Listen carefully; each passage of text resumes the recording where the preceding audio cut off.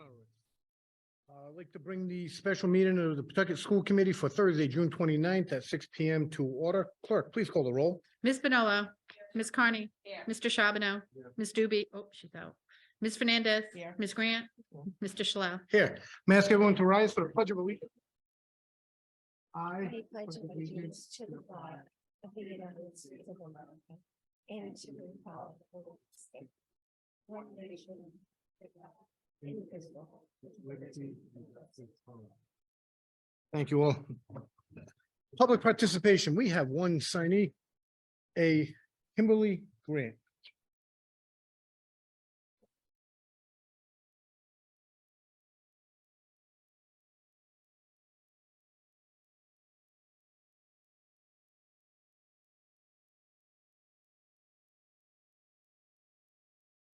Good evening. As most of you know, my name is Kimberly Grant, and I am here this evening to recognize and thank publicly our CFO, Melissa Devine, for whose last day is tomorrow.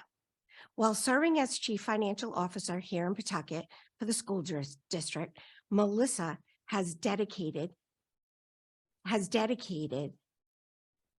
dedicated, helpful, and has looked out for the best interests of the district and the people in it. I firmly believe, hold on, I'm sorry, I'm a little nervous. I firmly believe and think others will agree, because of Melissa and her commitment to our students, we have been able to do amazing things. The relationships she has built, not only within the district, but with RIDE, just shows how respected she is in the education world. As Ms. Devine starts her new journey, I want her to know I will always be grateful for her support, knowledge, commitment, patience, and willingness to take the time to hear our visions for our schools and to help make them reality. Melissa, you will be greatly missed, but I am sure of one thing: you have prepared your staff to support us as you would have. Thank you.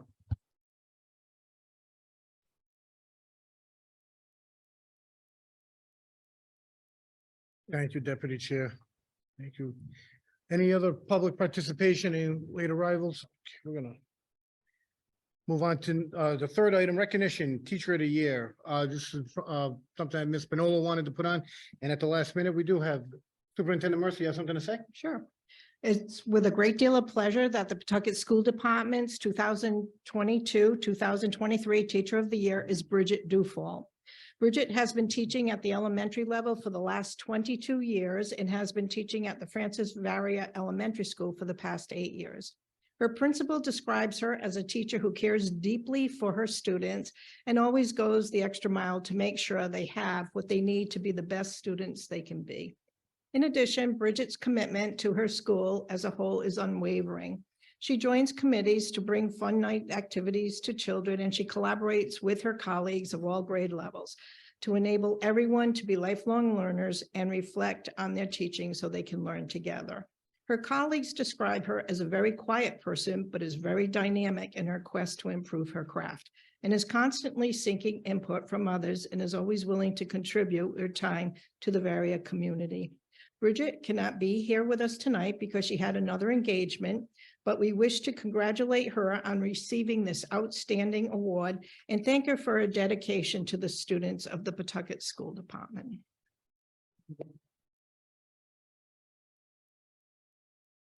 Congratulations to her. Next item, can I please have a motion to approve the previous meeting minutes from June 14th and June 22nd of 2023? Motion by Ms. Bonello, second by Deputy Chair Grant. All those in favor? Any discussion? All those in favor? All those opposed? All right, next one, under old business, Tufts mural design approval. Ms. Bonello, you have this? So, I don't know if you remember way back when, Tufts came before us and they gave a presentation that a mural would be put up at 285 Main Street. Upon further exploring it, the recommendation came from the planning department, and a letter of intent was signed by Superintendent McWilliams. So when we received the first, oops, I'm sorry. Very sorry for that. I forgot to make the announcement like the last couple of meetings, she's silent on cell phone. And that brings me to the library. I apologize. Oh, leave it to me. That's okay. Okay, so, so if you've had a chance to look over the letter of intent, it's to be put up on the building for 5 years. When we had our original discussion with Tufts, we talked about it not being an advertisement. If you look at the first, there are 2 pictures here. So the first one, and I will explain. The first one I received, a while back, and, although it's very nice, it does represent McCoy Stadium, which will no longer be here, a unified high school. It doesn't have any women in it. And I also mentioned that it didn't represent, all of the diversities in our district. So I asked them if they could present us something that would be more inclusive of our students here in the district and more representative of the city as well. So that's where the second photo came in. That's a representation by the artist. So one of the stipulations in the letter of intent is that we as a committee have to agree upon the artwork that is going to be placed on the building before it can be placed on the building if we continue to choose to do that. So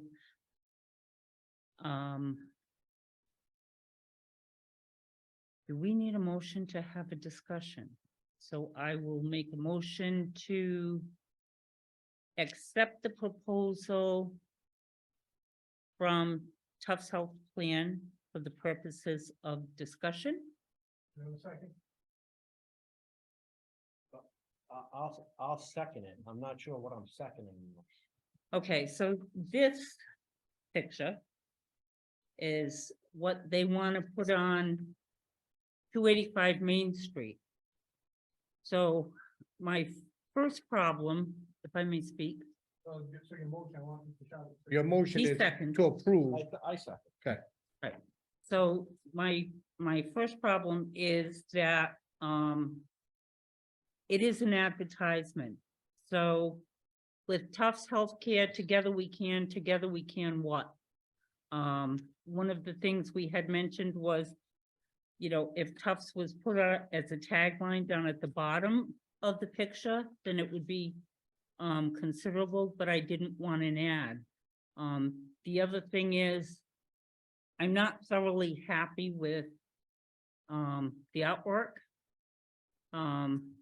But I'm only one person, so I needed to bring it before the committee to get your, Wendy, let me allow you to introduce Wendy Mannon and her supervisor from Tufts Health Plan, who are here. So they are the people that we would be speaking with about what we want if this is not what we want. So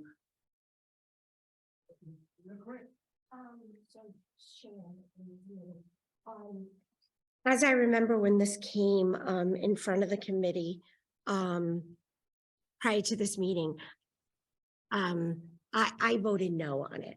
One of my biggest concerns was maintenance. Unfortunately, in the day we're in, health insurance companies buy health insurance companies out all the time. And I was really concerned about who was going to maintain this.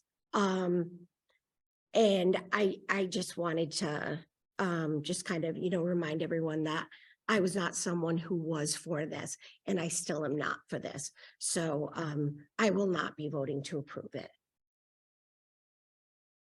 Discussion? Ms. Connie? Or Ms. go. Thank you, Ms. Manolo, for bringing this. With all due respect to the artist, I also don't think that this is a final piece of artwork that I would like to approve for our buildings, and was wondering what the process is to perhaps have some conversations with the artist about what might be more of a vision for us committee members. Okay, and so like if we were as a committee, is there another process that we could go through with maybe, with a visioning and having some conversations about what we would like to see? Could part of the process be us introducing ourselves and the intention? Awesome. So first, I'm Chris Maldi Casado, and I'm the Director of Community Engagement for Tufts Health Plan. The art piece is part of a series that we have that we're doing in different communities to work with local artists to bring something beautiful to the neighborhood that's representative and represents the local geography, but also the demographics. So I thank you for the original feedback on making it representative, because that is absolutely our intention. And working with the artists to bring a vision to life is also absolutely our intention. There was also a mention of an advertisement. It is not supposed to be an advertisement. There is a logo placement because we are the ones that are bringing it to the neighborhood, but is not an advertisement by any means. It's really supposed to be a local representation, and we're doing it in various communities. We already did one in Providence, and we worked with a local artist who brought a lot of pride into the work that we're doing. There is an opportunity to speak to the artist and have any input. There's also the artist has the ability to do the art, right? So there has to be a give and take there. We have brought some of the feedback, and we think he's done a good job of incorporating it. But it is supposed to be representative, and it is supposed to be something that is beautiful for the neighborhood. That is the entire intention of what we're doing. I am in favor of a mural. I agree that we might need to talk about, if we could have more discussion about what that mural would look like. Is yeah, I don't really think this, I have to agree, it's not really something that I would like to see on the building. If there is a motion to move forward, I would love to hear the feedback so that we can bring it back to the artist. And I don't know if this is the right avenue for it, so we can do it here, or we can do it at a separate occasion. There was also a question about maintenance. We absolutely take responsibility for the maintenance. We are doing that in Providence. We plan to do it here as well. I wasn't part of the committee that did this. I see October 6, 2022, the city of Pawtucket. They somewhat signed off on it, but not really. So do we have permission from the city of Pawtucket to, because it's their building? Am I right on that? Or someone, Kim, Joanne, or Jay, you can, yeah. Because when I did get the final information from the planning department, we happened to be at a meeting with 3 city council members, and I had brought up this because this is a building we lease. We do not own this building. So that means when we leave, if we leave during that 5-year period of time, there is no guarantee. It's owned by the city of Pawtucket, and they will do what they will with the building. That makes sense. The other point that they brought up was with the advertisement part. They did bring up that there were no women in the pictures, which we had discussed. And the Earth and the Kids has been well overdone. Everybody's got it. Mm. It's not an original. So I think it needs to have more vision to it of what actually Pawtucket is. And have we got permission? Because I think But at yes, this point, from what I'm so- hearing, this needs to go back to the drawing board, completely to the drawing board. Right, so I talked to Mr. Mercer, and he spoke with, who is president. He spoke with Marlena, and she is in charge of properties. And it was determined at that time that it was entirely up to the school department to to make a decision on this matter. To my understanding, the decision is here. And to the point of ownership, because it's just a lease building, that is, I will bring that back to make sure, but that is a risk we're willing to take if you leave the building, then in the new occupant wants to take it off. I think that's a risk we're willing to take. When you worked in Providence in the other district, Tufts is not the health plan of the city or of the school department. Mhm. So this is to let people know. So it is an advertisement. It's to let people know that you're out there, which you've been trying to work with us for a lot of years, and I understand that. Probably for the last 10 years, I believe, different activities, Tufts has always come up, and I thank you for that and your persistence. So Can I respond?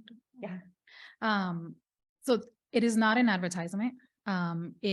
We have different ways that we have community engagement activities, right? We work with organizations, there's events, there's different ways that we show up in community, and this is one. We have an initiative where we want to work with local artists and bring something beautiful that is representative to the community. So I do want to clarify that it's not intended to be an advertisement, but it is the way that we show up in the community. So that is absolutely correct. It is not intended to be in places where we have partnerships, like a business partnership. We are putting it in places where we have a lot of membership. And that's the correlation, places where we exist and our members are and being there and visible. is it possible with the artist? Is he willing to sit with maybe a couple people from the school committee to do visioning if this is passed? I believe so. What we can bring it back, there's the balance of allowing some artists freedom, but we absolutely want it to be representative and for it to feel good. So I think that is something we can do. We did it the first time. We brought back the feedback. He brought something. I think there could be another round. Chair, I would like to request that maybe that we get something in writing from the city council stating, you have an email? Okay. From Mr. Mercer. If you could provide that, yeah, because I think we just want to make sure that we cross our Ts and dot our Is. Mr. Charbonneau. Correct me if I'm wrong, we haven't selected an artist yet, right? I mean, I believe you approved the artist that we selected. I worked with Lamel from the Pawtucket School Department, sorry, to elect the artist. okay, because the agreement said that both parties, so if we're one party entering, you're the other, I would have thought that we would have had some say in who the local artist is. Is it a Pawtucket? Works for the school department. He actually was one who contacted the artist and then introduced him to me. Okay. That was part of the process. Yes. Yes. In terms of process, the other thing that I will add that we did in Providence as well is we had an opportunity for the kids of the organization that was close by participate in that project. It looked like they did prints on the actual mural. I am not an artist, but I have participated in public art in that way, and it is a great experience for kids to see their art represented. That is something that we can absolutely do in the process here if there's an appetite for it. Clerk, what's the motion on the table? Is it to approve this mural? The proposal from Tufts Health Hmm. Plan for the purpose of discussion. All right. Ms. Manola, if I may say, can we just bring this back to facilities? Because these both renditions, listen, no disrespect, I can't draw a T, but there's a huge, no pun here, huge swing and a miss on putting McCoy Stadium on there.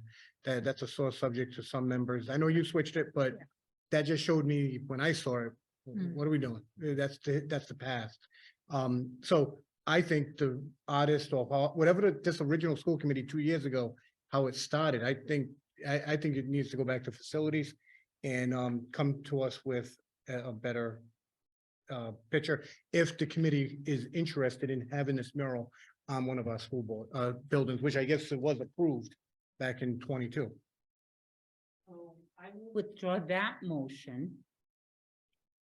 And make a motion that we move forward with the committee to discuss with the artist a representation that will be brought to the committee for review before anything is put on the building. To send it back to the facilities.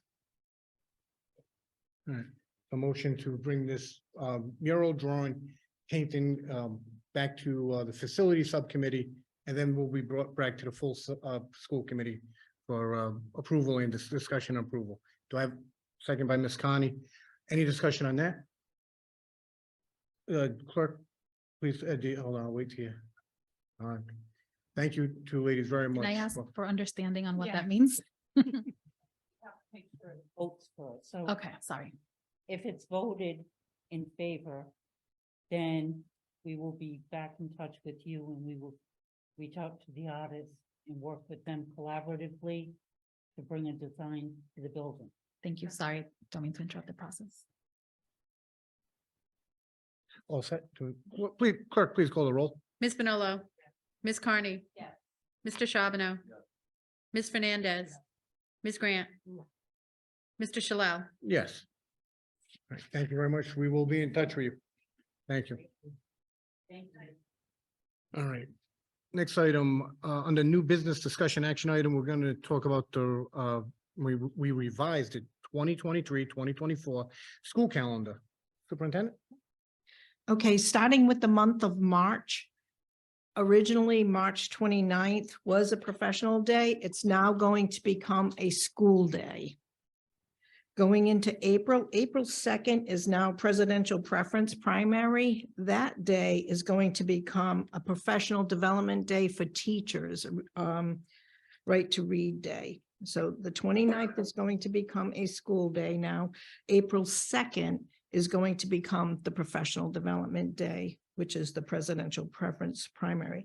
And with the passage of the recent state legislature, Juneteenth is going to become a state holiday, and that will be a no school day. Those are the three changes. Motion approved by Mr. Charbonneau, seconded by Ms. Bonolo, discussion.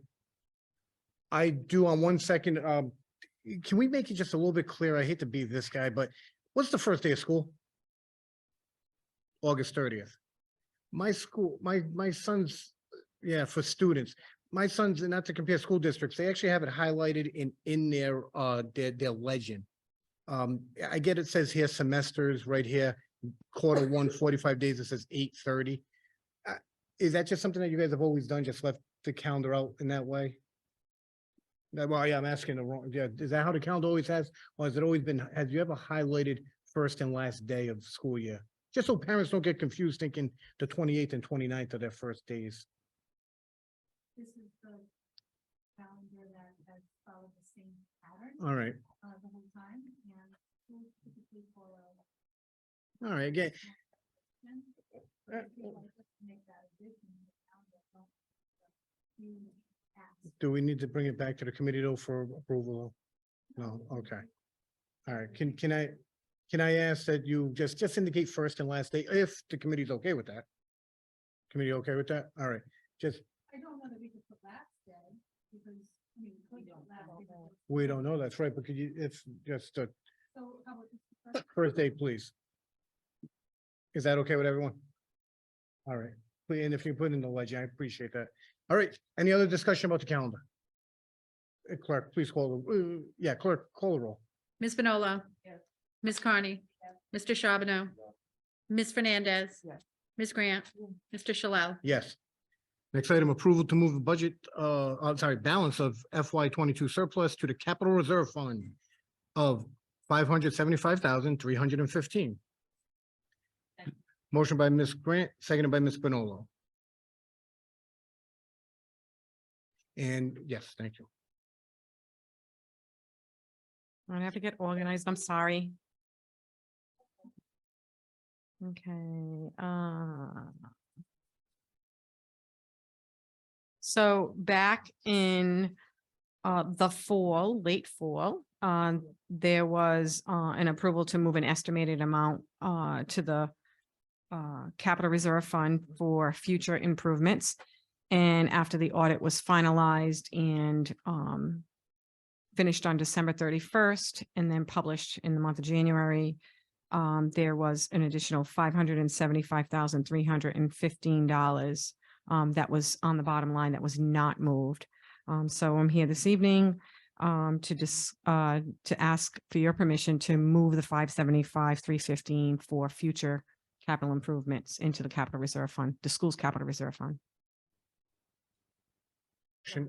We just have a discussion. Any discussion? Clerk call the roll. Hello, Ms. Carney, Mr. Charbonneau. Ms. Fernandez. Ms. Grant, Mr. Shalala. Yes, Thank you. no problem. Melissa, if you don't mind, can you say up there for C, approval of a one-year emergency contract for food services with Aramark? So at the last meeting, I came before you, discussing, it was the June 13th meeting. It was recommended and approved to select Aramark as the continued food service vendor. That recommendation and approval was based on the acceptance of RIDE. RIDE has disqualified both Aramark and Chartwell proposals due to the selection of CPI, Consumer Price Index. The version that was in the RFP specifications was not what either vendor had put in the response. When I spoke last, at the last meeting on June 13th, Mr. Conley was here and we talked about how CPI is not relevant in year one. When you approve a contract for food service, you do 1 year with 4 optional renewals and you have to come back each year for an approval with RIDE's approval and the school committee approval. So at that time, they only felt that the Aramark proposal, we brought to them the next day and let them know that the Chartwell's proposal did the same thing. It was just in the back in their addendum and they missed it. So they denied both proposals and said neither one of them are valid. And the choice was that we could either jump on board with the state because we didn't have time to rebid it. We could jump on board with the state Chartwell's, or we could use an emergency 1-year agreement, and then the district would have to bid the process all over again next year unless they wanted to jump on the state again. So at this time, we're recommending to actually enter into that 1-year agreement because we're at this late stage of the game by the time the bids came in and then they got back to us. We're hoping that you'll approve to enter into a 1-year with contract, again, with RIDE's approval, which that email came from RIDE themselves saying that we could do this. But I always have to say that you vote pending RIDE approval. So the contract was in your paperwork. That will get sent to RIDE tomorrow and then it will come back. I may not be here, but they'll send it to Steve Fratiello. Or I can talk to somebody from RIDE and find out for you, but that will usually takes them a few days to go through the contract itself. Okay. Motion by Mr. Charbonneau, second by Deputy Chair Grant. Discussion. Clerk call the roll. Nola. Ms. Carney, Mr. Charbonneau. Ms. Fernandez. Ms. Grant. Mr. Shalala. Yes. Thank you. D, approval of fund negative balance of the nutrition fund for FY 23. So as you remember, for the last couple of school years, actually since school closed on March 13, 2020, when schools reopened, all districts had a waiver to serve all meals and no students were paid. There were no applications. This was the first school year that they reintroduced the application process. And it was required that we had to begin charging students again unless you were directly certified by the state or if you completed an application and qualified for free or reduced lunch. So at the completion of the fiscal year 22-23, the district accumulated $197,431 and 56 cents of negative balances. I have to say we are not alone. When I spoke to surrounding districts, Woonsocket was not very high because they still have a policy in place where they serve an alternate meal. And Cranston was somewhere in the realm of 200. And I think I checked with them in, I think it was sometime maybe in the end of April, and they were at 200 already. Obviously, they were a bigger school district. So with that being said, other districts are struggling, and the nutrition fund is an enterprise fund, and it must be self-operating. And if negative balances contribute to the deficit, we need to fund the program with non-federal monies. However, the district is in receipt of an email from Ride Nutrition that states for the 22-23 year only, it will be allowed to write off the negative balances created in FY23 only within the school nutrition fund. So as you know, I come before you in each of the previous years that we've had negative balances where the local fund was recommended to write off or pay for those balances. This year, and I actually have the email and I can read you the section. It's saying through the PLE waiver number 25, and this is right from the Ride email. For the 22-23 school year only, the USDA waived the regulation that prohibited nonprofit school lunch accounts funds to be used to support the cost of paid meals. Therefore, for the 22-23 year only, Ride is allowing SFAs, that's school, that's the school level, the local level here, to pay off any outstanding school meal debt that was incurred during the 22-23 year only using existing balances within the nonprofit school food service accounts. So as you know, we've been flooded with some funds by the pandemic, and we've also because we were eating meals, there was increased reimbursements. So we've been generating profits for the last couple of years in the nutrition fund, which has allowed us to do some renovations, purchasing of new equipment in the kitchens. We have 2 new serving lines that we're hoping that get bid out this summer to improve at the other 2 middle schools. And we're estimating there to be about $1 million surplus at the end of this year. So the recommendation is for this year only to use some of those, because we already have 2 million in there. This will be another $1 million. So there'll be $3 million sitting in that fund that will allow the district to continue to make improvements over the years. And use the 197 up to 197 431.56 to pay off that debt. All right, motion by Mr. Charbonneau, second by Ms. Bonolo. Discussion? Clerk call the roll. Ms. Bonolo, Ms. Carney, Mr. Charbonneau, Ms. Fernandez, Ms. Grant, Yes. Mr. Shalal. Yes. Thank you. Approval, E, approval of FY24 revised budget. Ms. Devine. Okay, so as you know, the final enacted FY24 state aid has generated additional funding for Pawtucket schools. Yay, we were in the negative. We were going to have a $1.3 million decrease overall because of the way the funding formula was being calculated.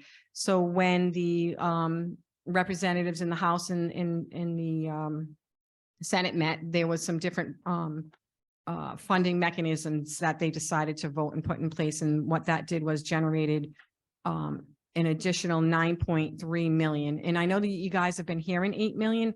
The 8 million is the difference over what we received in FY22 aid. When you compare the bottom line, you have to remember we were net 1.3 in the hole. So the 8 million plus the 1.3 is where the 9.3 comes from in total.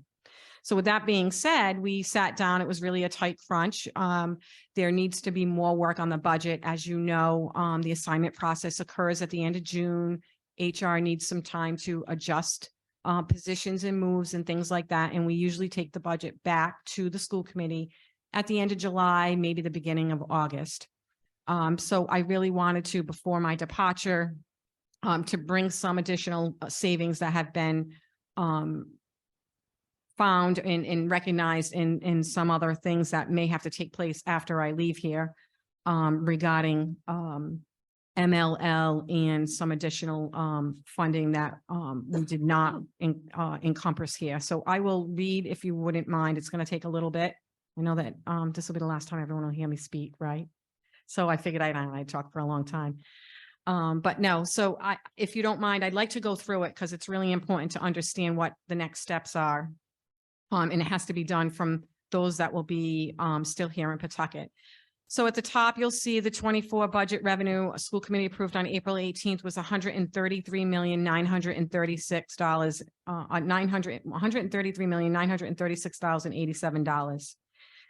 Below that is the reduction where the state, where the city was level funding the school department. So that is a negative impact to the budget of $989,700, which we would originally have to find either additional revenue or cuts to the budget.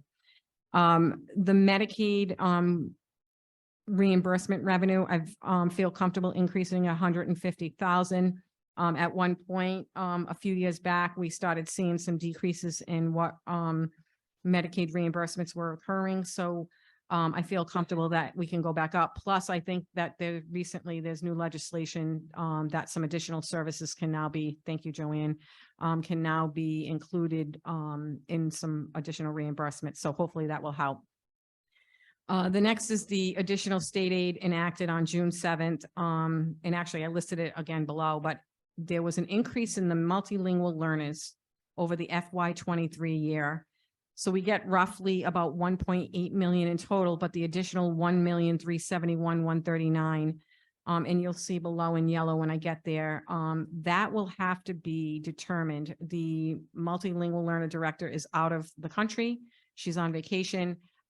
She will have to submit an application to RIDE to get approval on how that money is spent. That categorical aid probably about 5 years ago, they gave it its own fund number, but we keep it in the general fund because it's part of the state aid. It does have its own fund number. It's a state revenue, and they have to now put in a budget and then they have to request it. We typically in the past have been using the 400,000 or so to help support the positions that are multilingual learners in the budget. But again, there's some caveats around how that money can be used, and that will need to be developed with the superintendent's office, assistant superintendents, and whoever the team is with the multilingual learner director, the ESL director, and how that could be put into the budget.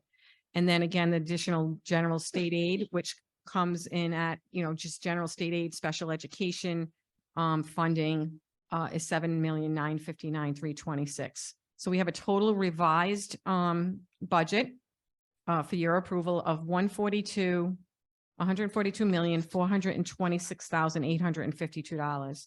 So when we get down to underneath the gray bar, we now talk about the opposite side to balance this all out. And there's been a number of adjustments in the operations section. When I talk about the operations section, I'm referring to non-salary, non-benefit areas of the budget. So we adjusted the property liability and vehicle insurance by a decrease of $9,003. We're adding in a replacement of chairs for the Green Elementary School for $3,010. We're adding some specialized furniture for the special education department, $12,000. ESY transportation for field trips in the summer for the special education program, July and August, $8,400. That's transportation. 3 additional classrooms are opening per the special ed director. So those rooms would have to be outfitted with some furniture. I asked the question, well, if we were closing 3 and opening, because there was a net 0, but they were different grade levels. So we really need to invest some new furniture in the classroom. So we added $45,000. Some additional special education equipment of $10,000. And I will say this, I already know that they have a purchase they have to make that's about $7,000 for new student needs. So already we're dipping into the 10,000. I believe there was an additional 10 in there. This is adding to it. An increase in the central administration water coolers. The water, don't ask me why, but the water, whatever it's called, the crystal water, spring water is going up significantly. So it's $895. And that's located in the superintendent's office budget. I had been asked by Assistant Superintendent Ramsey if we could purchase an additional AED machine. for the Shea High School outside the gymnasium. I believe that Tolman has one right outside its gymnasium, so they would like to purchase one. These are on, we wanted to do this in the current year, but the back order, they're saying that if, we order this now, it's $2,550 with a 2-year agreement. If we order this now, we probably won't get that until December sometime. That's how far they're on back order. And again, they're the same exact model or probably an upgraded model of the ones that are in place now. And then that 2-year agreement will coincide with the other 22 AEDs that are under the maintenance agreement that will be purchased next spring. That money is in the budget already. This way, when that 2-year one ends, all of them will be on the same maintenance agreement renewal at that point, 2 years later. ESY tuition to RIAA, 17,280. I believe this is a new program that was put in place. I think if there's any questions, Mrs. Ramsey, and Mrs. Mercer, I think have the finer details, on that. Teacher supplies reimbursement for position changes. So we added back, and you'll see below, we added back some positions in the budget. And we can talk about them down below. What that does is there's a percentage of the material reimbursement that goes into operations because therefore supplies that are purchased personally by the teachers who submit for reimbursement. Not everybody does it, but we do take a percentage and we put it in the budget. So that net effect of the positions was $77. Increase in service details. The athletic department, I've noticed that there's been some overdrawn and we do some budget transfers for the details of police or fire. So we increased that by 3,500. And then at the same time, I worked with the athletic director to say that the officials and referees can be decreased by 35,000. That savings is basically coming from the merge of the schools that are combining sports. I know Shea and Tolman, sometimes they may have one baseball team. There was a number of sports this year that they have joint efforts together to form a single team. So we have less officials that we have to hire for the games. The adjustment for the actual charter and state school tuition when the actual rate got released was a savings of 50,696. Additional students to the East Providence High School. I had estimated the number and then received the actual from the finance director was 6 additional students. The cost for that is about $83,928. An increase this year in the business office professional dues of $755. And that's 2 memberships. Increase in the RIAS dues is $1,245. That's for the middle and high schools. We had known, we had received word from one of the principals and we added it in the original budget at the elementary and then didn't carry it over, and my fault, didn't carry that over at the middle and high school. So I need to adjust the middle and the high school. We did have a couple of people whose renewals fell under the old rate, even though their renewals go into the next year. So not everybody was moved up the $25 per principal or assistant principal. And then in addition to the budget with the increase, there was some cuts that were made to the IT department. We've been buying some extra cots and Chromebooks and things like that with and servers with ESSER funds. And unfortunately, because of the cuts we had in the original budget that was presented, we could not do some of the things that IT department it's really important for them to do. And that's to replace Chromebook cots, the network hardware and the security hardware. And that totals about $1 million, $1,042,000. Hirsch is here if you have any questions. I think he's here. Yeah. Hirsch is here if you have any questions. These are a list of maybe 4 or 5 different things in that categories of Chromebook cots and things like that. But again, also, it's really important to ensure that we upgrade our security so that we're not at risk. And again, it's not that, and I don't want to say that we took a shortcut This is just, we probably, if we didn't have the funds and we could have waited, but now that we have the funds, we really need to do it. This is our opportunity to get it done. I don't want people to think that we were putting ourselves at risk. But we have been fortunate with the pandemic funding. And then here's the two lines that I talked about at the top in the revenue section. Unbudgeted additional multilingual learner categorical funding of $1,371,139. I put that on a line in the multilingual learner operations section of the budget. So when they bring the budget back and make all the adjustments and print out the revised budget as we normally do in the summer, that is where, and again, if they end up putting it in salaries, they'll just move it to the salaries and fringes. But from what I understand is it has to be for something new. It can't be for existing to offset positions.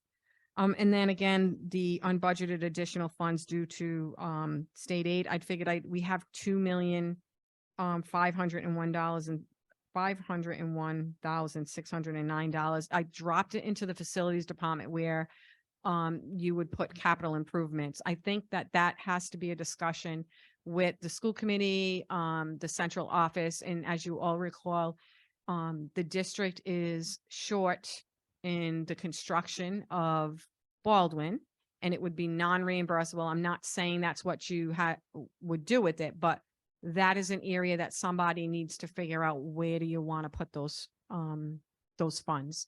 And again, I think that comes after you figure out what the assignment process, retirements, and all that breakage happens, so you can really see what the number is. There is no hurry to use that. I mean, we do have to have a balanced budget, but it's on a capital line right now. Doesn't mean it has to stay there.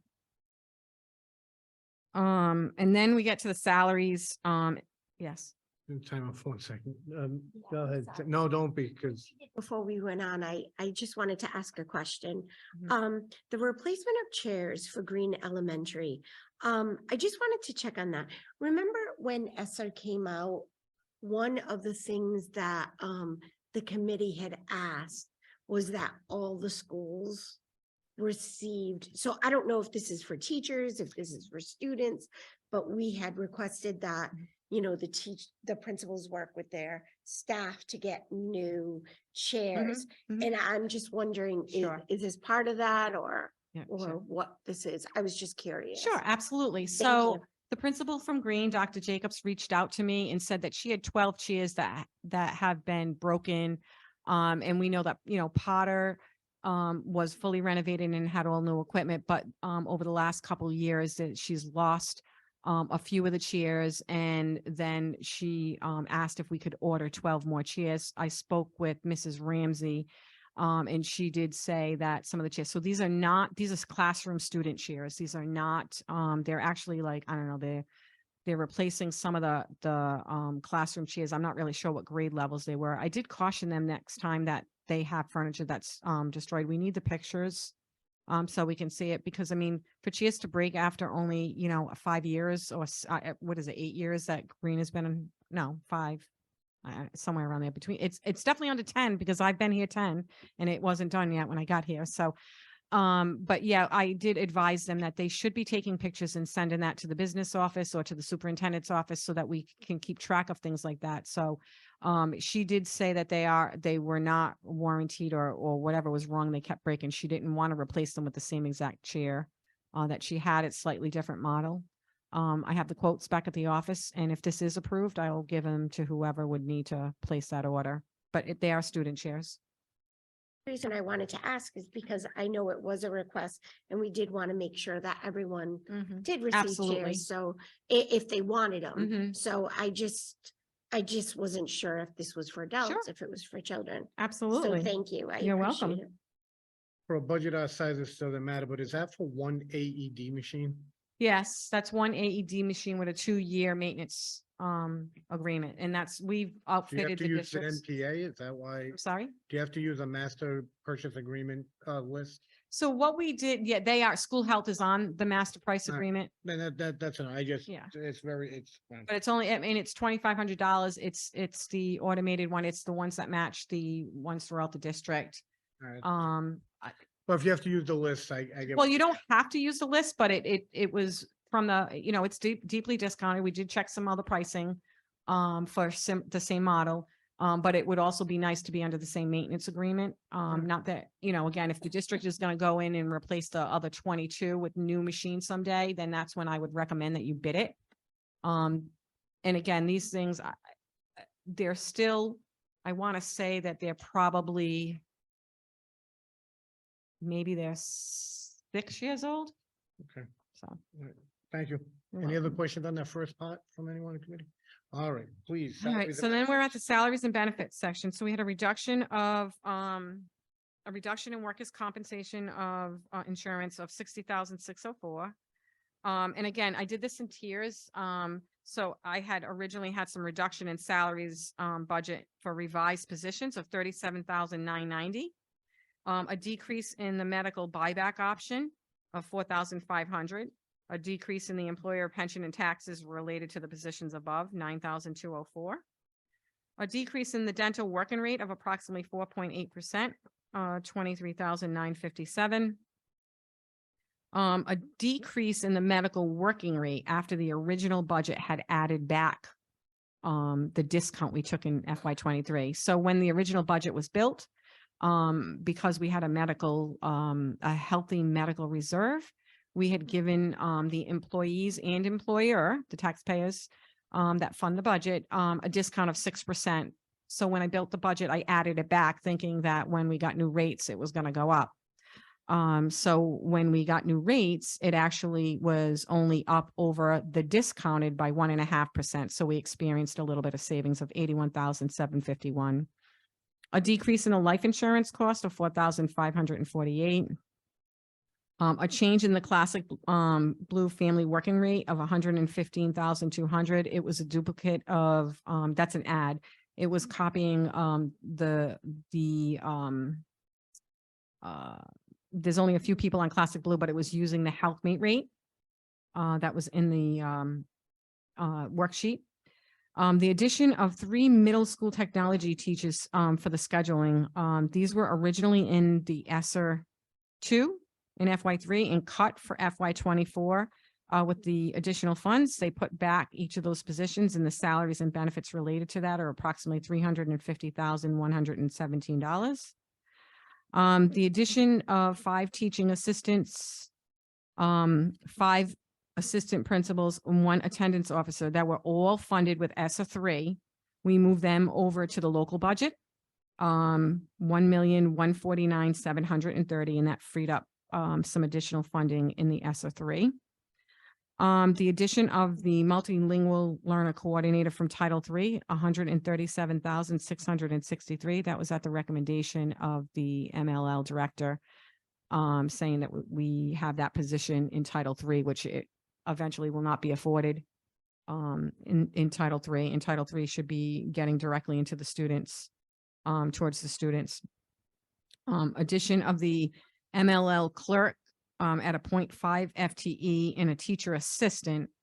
And again, this was all done at different times. That's why the 5 teacher assistants that were above were the ones that were originally in ESSER. We pulled back. This is an additional teacher assistant added to the local budget of $79,754. And again, that's a 0.5 MLL clerk and a 1.0 teacher assistant. We also added back to the budget 2 5th grades. 1 at Green and 1 at Little. And then we also added at Shea and Tolman a split social worker. Those 3 positions with their benefits are approximately $363,966. New administrative contract raises from the projection is $43,009. And then the increase above what was already planned for teachers as a result of the negotiations that took place recently. We had an original percentage in there, and the additional, it was a bit higher. It was $1,330,000, $356. And then the adjustment in the grant allowance, and the grant allowance is an estimate that we assume for indirect costs. It fluctuates when the salaries change. And that would be an addition of $840. So all in all, it totals out that our the school department budget would be at the $142,426,852, keeping in mind that the 2 yellow unbudgeted lines really need to be determined at a later date, maybe after the updates of all the changes that took place in the recent retirements. I have a motion by Ms. Bonolo, second. Second by Ms. Fernandez. Discussion. Go ahead. How are the determination of where the teacher assistants will be placed? Is that already decided on, or how is that? So they move around based on the need, and that would actually be worked out with the Assistant Superintendent's Office and the Special Ed Director. I think that even HR, Mrs. Rabbit, Assistant Superintendent, can speak about how they go about on where the needs are. I think some of them are building TAs, some of them are one-on-one TAs in certain classrooms. So that really comes from working with HR, the Assistant Superintendent's Office, Superintendent, and Special Ed Director. Were these 5 teacher assistants that were like, that we previously had, or 5 newly requested? So we actually have a hard time, and I think that everyone can agree, we have a hard time filling them. The positions are constantly, people leave, and they're hard to find these. So these were originally in ESSER. So they were still in, they were in ESSER 2. There was 4 of them in ESSER 2 for 2 years, and then ESSER 3, we were increasing it to 5, but then when we got the additional funding, we pulled it back into the local. Because in all actuality, when the ESSER monies disappear, you will likely need the teacher assistants unless the enrollment continues to decrease. But they do fluctuate. So again, one day, if somebody is a one-on-one, and as you know, if they leave the district, that one-on-one is hired for the year. So we put them to work and they move around and things like that. And I think I think that it can be better explained by the superintendent, assistant superintendent about how it physically works, but that's the gist of it, if that helps. Usually determined by the Director of Special Ed where he needs to place them. Mhm. Any other discussion? Clerk, please call the roll. Ms. Bonolo. Ms. Carney, Mr. Charbonneau, Ms. Fernandez, Ms. Grant, Yes. Mr. Shallow. Yes. All right, letter F, approval of ESSER 3 budget revision. Melissa? Okay, so, late this afternoon, and I apologize, trying to get all these documents ready with, all of the things that we have going on. Before you this evening is a revised document from the last time when the ESSER presentation took place earlier in the spring. There was a question to ask about how all the FTEs were moved around. So in front of you to the left is ESSER 2. It has a pink bar at the top. ESSER 3 has a turquoise bar at the top, and ESSER 3 DSP has the orange. So if I start from the left and at the very first row, you'll see that the coordinator of school culture was open in ESSER 2 in 21-22 and then closed at the end of 22. And if you go all the way across, you'll see a gray bar. That means that there's no additional funding for that position. It doesn't exist. The next position down, you'll see 21-22, 22-23, a communications liaison. After ESSER 2 is done this year, for FY24, you'll see when you scoot over to the first ESSER 3 under the blue, it's gray. You'll go to the right, you'll see under DSP. There's one communications liaison. It continues from ESSER 2 into the DSP ESSER 3. Here are the 4 teacher assistants that I just mentioned previously. They were funded in 21-22, 22-23. We are now had moved those originally to ESSER 3. And if you notice in the middle in the blue, this is where we moved them to local. So now it says 0. So we originally planned to move them in ESSER 3. When the additional funding came over, we moved it. We had increased it to 5 and we had moved it back into the local. That was the 5 I just mentioned. Math intervention teachers, there were 3 in fiscal year 22, 3 in fiscal year 23. And those 3 math intervention teachers moved right over to the next block, 3 from ESSER 2 under ESSER 3. 2 multilingual learner support educators, they were in for 22 and 23 for ESSER 2. They also are moving over to ESSER 3. The 5 assistant principals that were in fiscal year 22, fiscal year 23. They were going to move over to the DSP, but with the additional funding, it was decided to move them into the local, which I just mentioned. But if you look over all the way to the right, in DSP, there is a request for new vacant assistant principal 1-year positions. ESER 2 for the next one is the MTSS middle school and high school. There's 5 in FY 22, 5 in FY 23 in ESER 2. We moved all 5 of those positions to ESER 3. Climate, community, culture, engagement directors, there was 2 in 22. They were eliminated at the end of 22. So as you can see, the boxes go all the way across. They're gray. The next ones, there's 14 high school content educators, including MLL.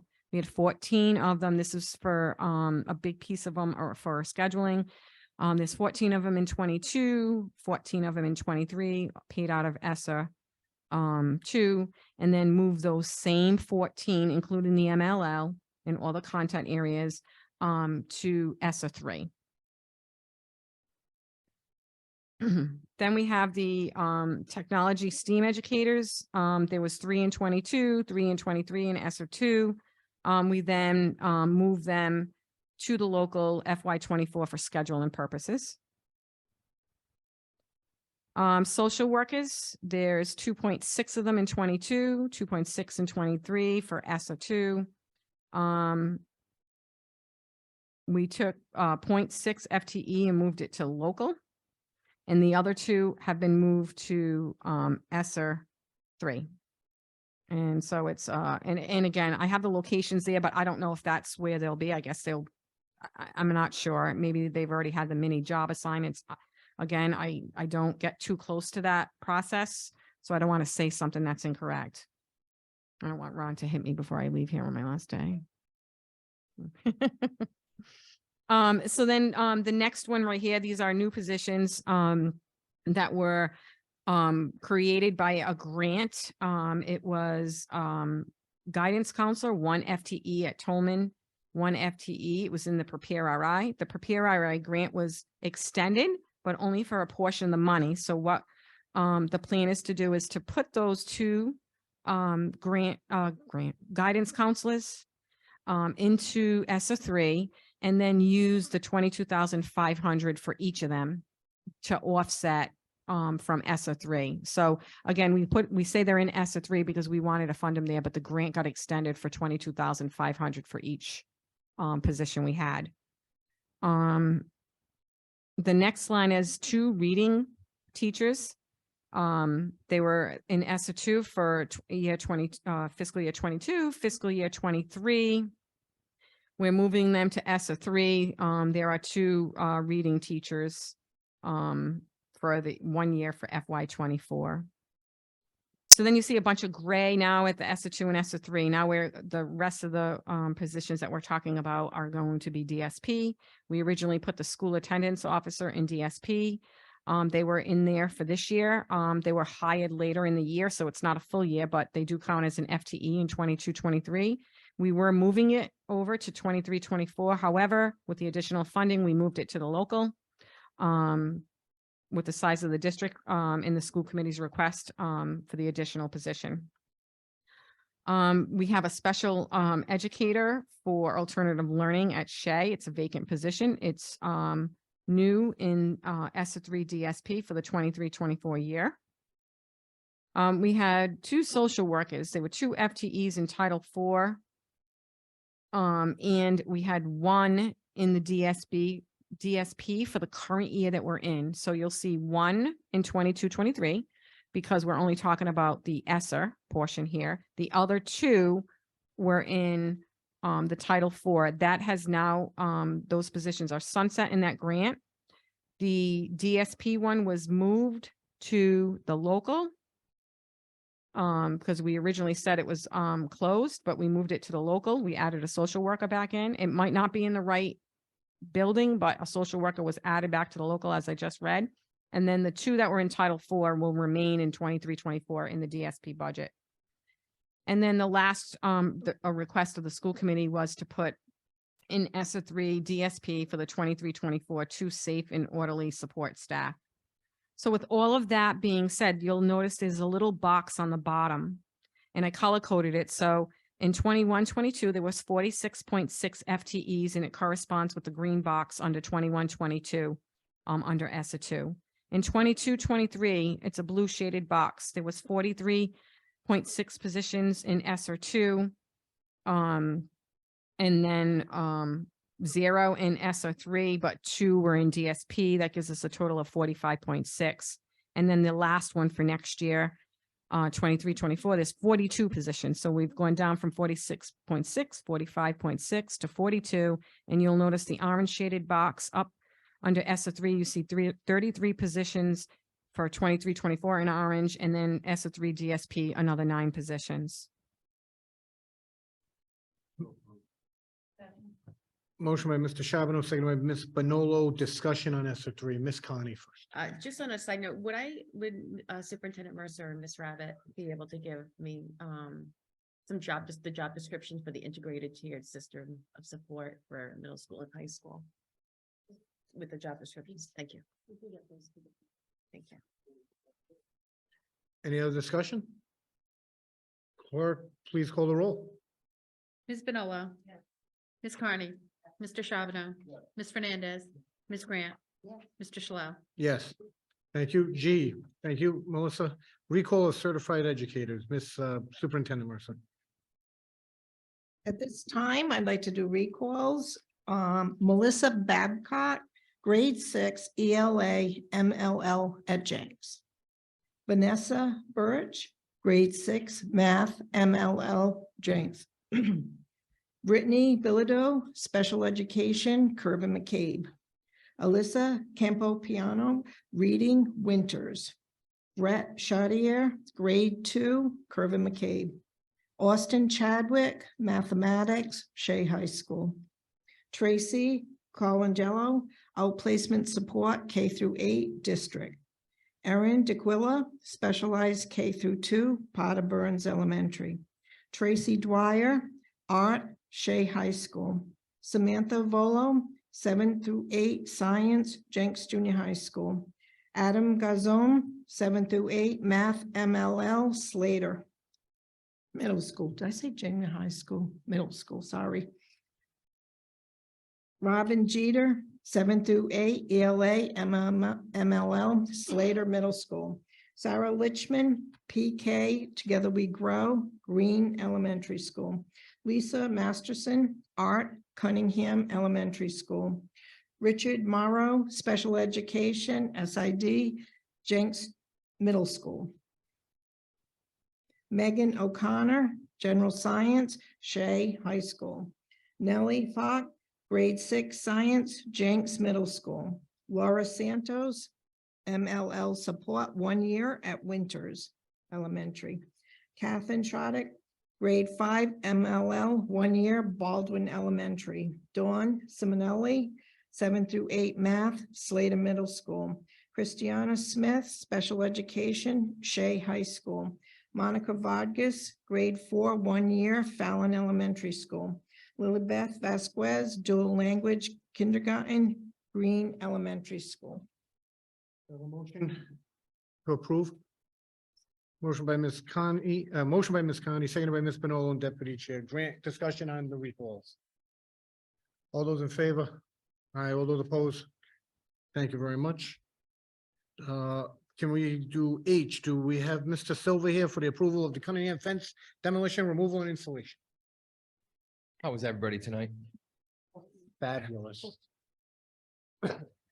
Well, the facilities department went out for an RFP for demolition, removal and installation of a new fence at Cunningham Elementary School.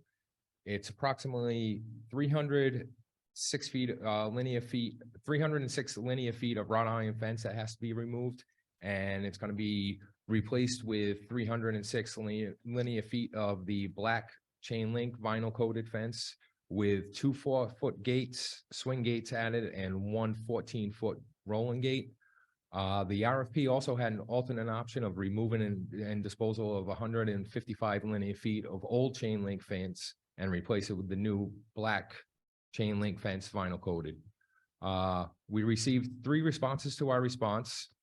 First from United Fence, the main bid was $29,492, with the alternate being $10,273 for a total on both for $39,765.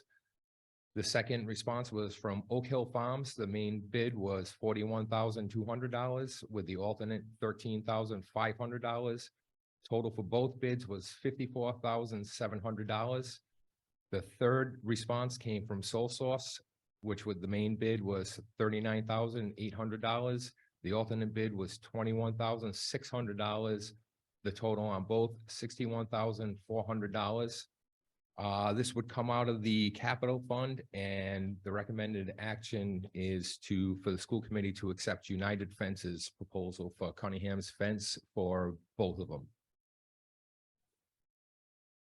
Motion by Ms. Manolo, seconded by Ms. Connie. Discussion. Yes, we have. They did the old winters. Probably, I'd say 6 to 7 years ago. Because we do a lot of work with Oak Hill. Yes, we do a lot of work with Oak Hill. They're usually the lowest bid. They did not come in lower. Okay. I appreciate Jay's question because I get nervous when it's this low, but you have had experience. Yes, with we this have had, company? they installed, before winters got rebuilt, they installed 6-foot around the whole perimeter of the school, locking gates and everything. Any other discussion? Oh, go ahead. Yes, On the gates, they're not gonna be plastic, no. no more plastic? No. Thank you. You're welcome. All set? Clerk call the roll, Hello? please. Ms. Carney? Mr. Charbonneau? Ms. Fernandez? Ms. Grant? Mr. Shalal? Yes, thank you very much. Can I have, approval of pest control service, Mr. Silva? All right, we also went out for an RFP for the district's pest control service for a period of 2 years. We only received 1 response to our RFP, and that was from Modern Pest with the year 1 monthly service at all schools for a total of $1,105 per month. Year 2 is the same amount. Year 1 on termite extermination, if we needed it, it would be $10 a square foot, the same price for year 2. It would come out of the local budget, and we recommend that the school committee accept Mon Pest proposal for pest control services. Motion by Ms. Manolo, seconded by Ms. Connie. Discussion, Ms. Grant. Mr. Silva, when these contracts that we have with these pest control companies, do they do like maybe monthly? They do monthly inspections. We can increase it. The only reason I ask is, especially, I know we received an email about one of the middle schools, but you know, the elementary schools, you know, the kids they drop things, things can be missed. And I would hope that we would want to make sure that, you know, I know mice and things like that get in, Yes. but you know, I would hope that we wouldn't want children to come in the morning and there be, you know, mice droppings on their desk or in their desk and things like that. So is there some way we could look into that to make sure increase it that in the visits, to Yes. make sure that we can do that. you know, that they check all the rooms and, Yes, you know, check all the places I can in do each that. of the Yes. schools. That would be great. Yeah, not a Thank problem you. at all. Ms. Manolo, you had a question? This is a new vendor. No, it's the same vendor. Modern Pest got bought out by a new person. So it's the same name, but it's a different owner of the company. What was the cost last contract? Last contract was $795 per month, so it represents a $310 increase for all the buildings. Significant. Yes, well, 310 total, all the buildings included.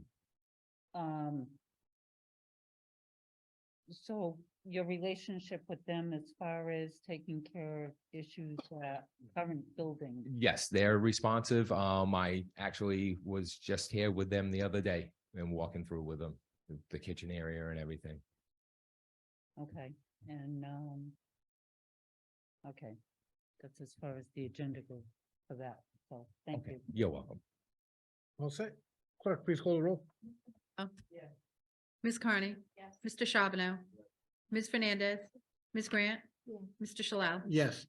All right, what's that, J? J, approval of sanding service, Mr. Silva. All right, again, we went out for a 2-year contract by RFP.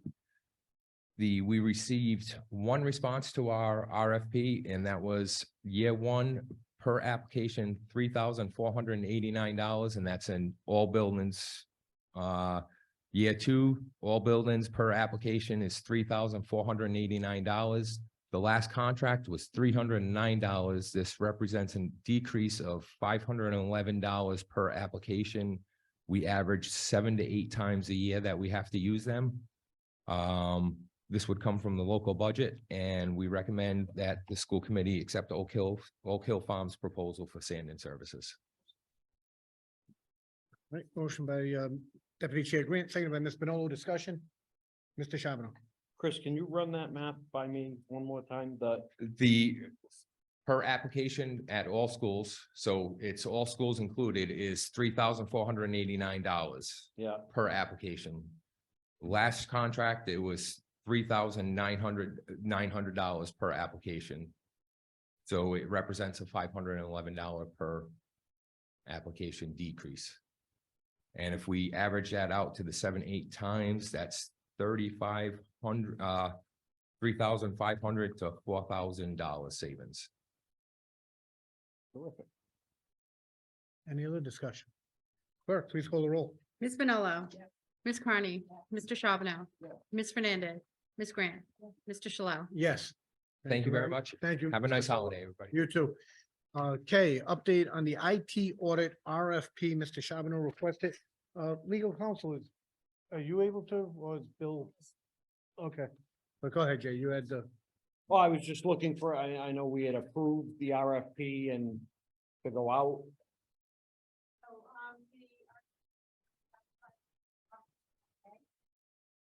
we are, For the first time? yes. Yes, it was approved and we finalized everything, with the superintendent last week. And, from there, I took it last Friday and called it down and after that,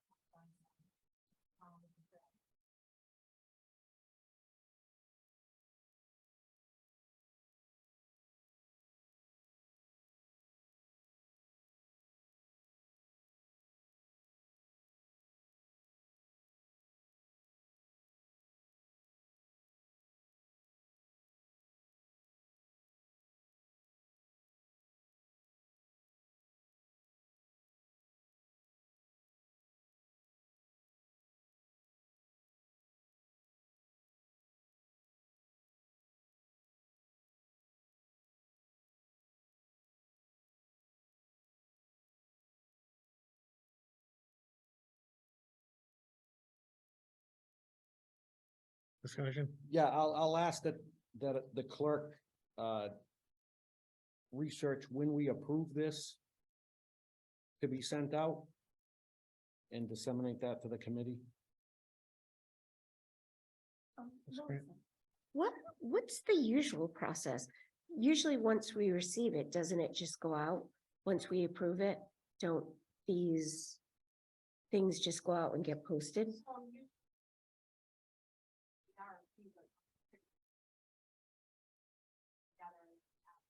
I think there was some, that, you know, we were updating some of the language in it, and then I think that, it's like, you know, when we, might have been on, I think that the last meeting, I talked about that, but, at that point, Hirsch and I had a conversation with Mr. Conley, and Mr. Conley, then brought it to the need the superintendent to, be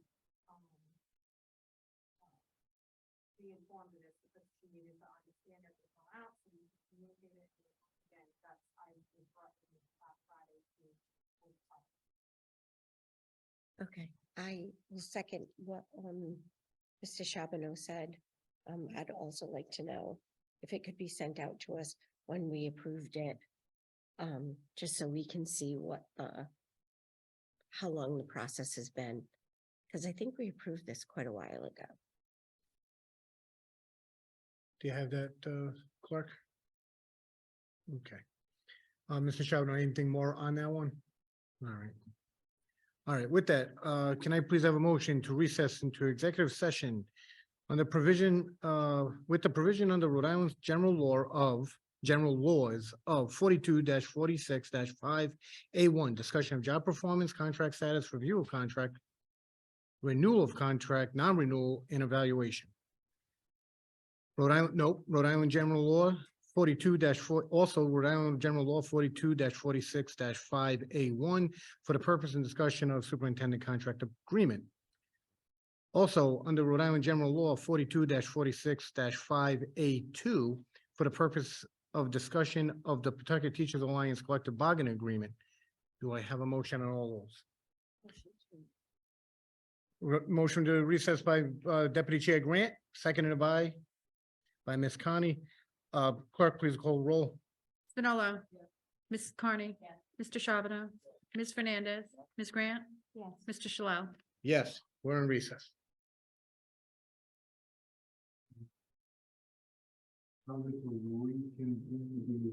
Special meeting to order at 10:29 p.m.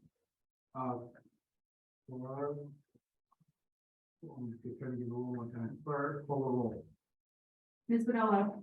Here. Ms. Carney. Here. Mr. Charbonneau. Here. Ms. Bibby, oh, no, she's not here. Ms. Fernandez. Here. Ms. Grant. Here. Mr. Shallow. Here. Clerk, can you report out any vote that was taken in executive session tonight? Yes, the committee voted with unanimously with 6 members present to table the item of the PTA collective bargaining agreement. The committee voted unanimously with 6 members present to approve a superintendent contract based upon the agreed terms and conditions, to seal the executive session minutes and to adjourn the executive session. Motion to adjourn. Second. Motion to adjourn by Mr. Shallow, seconded by Deputy, all those in favor? Aye. Aye. So we have